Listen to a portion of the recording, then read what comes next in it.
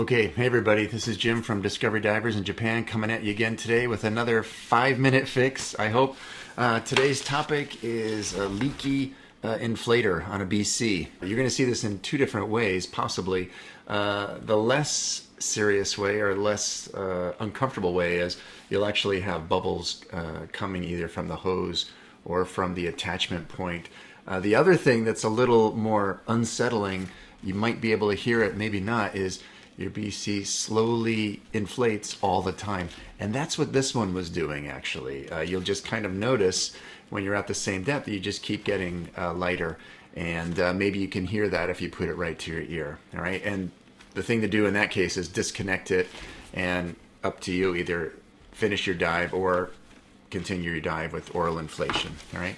So the tools we're going to need for this are, I'll just need some kind of pliers, and needle nose pliers are fantastic. They're going to be on my Leatherman in the kit. I'm going to use a pair of nail trimmers to trim my zip ties. This is the replacement inflator, right? I recommend having one of these in your Save a Dive kit or your tool kit. They cost about 20 bucks. They're very generic, and a couple zip ties. In this case, they came with it. All right. So the first thing that I'm going to do is I'm going to use my my pliers to take off this zip tie. Now, zip ties are very strong in longitudinal pulling. They're fairly strong. However, their real weak point is twisting. And what you'll find if you get a good grip and you twist, that's going to just break free, right? So that's the weak point of zip ties. And if you have a zip tie, for example, on a bolt snap, on a camera or something, and if that twists, it's potentially going to come out. Now, usually these are not glued. The earlier days, this hose would be glued actually to the inflator, but nowadays they're not. You also might want to pay attention to how the inflator is oriented, right? In my case, the button is into the inside. Peel it down, pull it out, right? Now, in this case, my hose does not have a pull dump.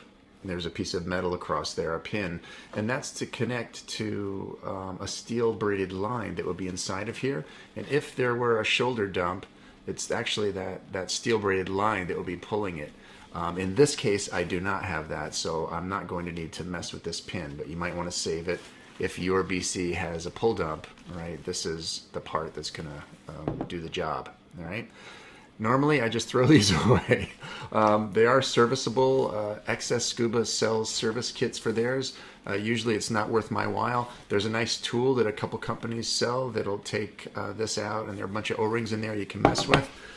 It's not going to be me today, all right, or any other day, all right? Okay, so I'm going to pop the new inflator assembly on there, and then I'm going to pull the hose up. Okay, I've done a decent job getting the hose up flush to where it was before. Now, some folks might tell you that you absolutely should use some kind of contact cement or some sealant in there. I'm not going to argue with them. You know, I've been doing this, using this type of BC for about 14 years, and I haven't had one of these come loose yet without the cement. However, it's always possible. Please go ahead. Your mileage may vary, right? All right, next thing I'm going to do, I'm going to put one or two zip ties on here. For me, usually one does the trick, but they do come with two. So if you feel safer with two, go ahead and throw a couple on there. All right, I've got the zip tie on there, and it was actually, there was a little ridge where the old zip tie was. I just replaced that because it matches up with a ridge that's actually on the inflator, right? Next thing I'm going to do, I'm going to use my nail clippers to...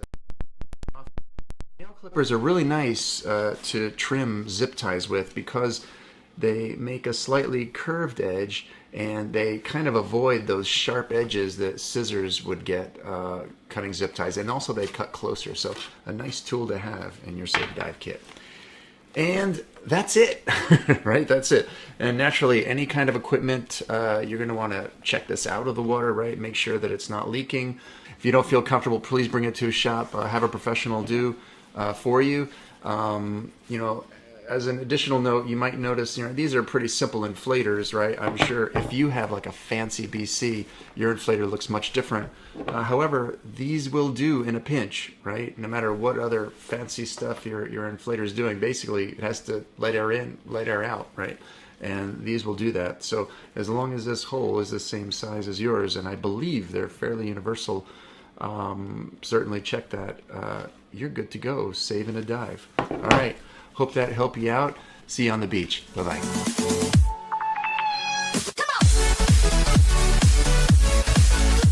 Okay, thanks for watching. All right, well, if you like this kind of thing and you think you'd like to see more, I think there's a subscribe button right around here somewhere. And if you are coming to Japan and you'd like to hook up with us and dive, I think right around here there's a spot where you can click, come and have a look at the webpage and see what kind of events are going on. All right, thanks a lot. See you on the beach. Bye.